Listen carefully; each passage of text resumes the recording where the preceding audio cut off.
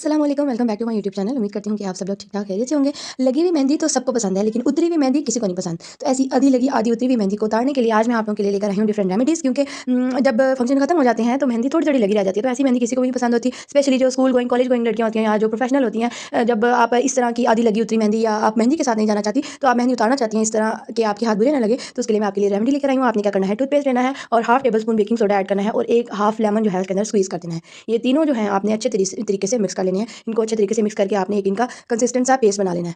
जब मेहंदी कहीं-कहीं लगी रह जाती है तो वो आपको देखने में भी बुरी लगती है और बहुत उलझन होती है, दिल करता है कि बस ये जल्दी-जल्दी से किसी तरीके से उतर जाए। तो मेरे भी हाथों पे मेहंदी लगी रह गई थी इवेंट के बाद, तो मैंने सोचा कि अब ये आधी लगी आधी उतरी मेहंदी को किस तरीके से उतारा जाए। तो ये वायरल हैक्स थे कुछ, मैंने कहा कि इनको ट्राई किया जाए और आपको बताया जाए कि इनके रिजल्ट्स कैसे आते हैं, ये इफेक्टिव है या नहीं। इसलिए मैंने जो है वो अच्छे तरीके से ये एक पेस्ट बना लिया। मैंने उस वायरल हैक के अंदर थोड़ी सी चेंजेस की और उन्होंने सिर्फ टूथपेस्ट को लगाया था, मैंने इसके अंदर ये चीज़ें भी ऐड की, क्योंकि बेकिंग सोडा और लेमन जो है वो भी डार्क एरियाज़ को लाइट करने में हेल्प करते हैं। उसके बाद मैंने एक पुराना टूथब्रश लिया और टूथब्रश की हेल्प से जहाँ-जहाँ पे मेहंदी लगी हुई थी वहाँ-वहाँ पे मैंने इस पेस्ट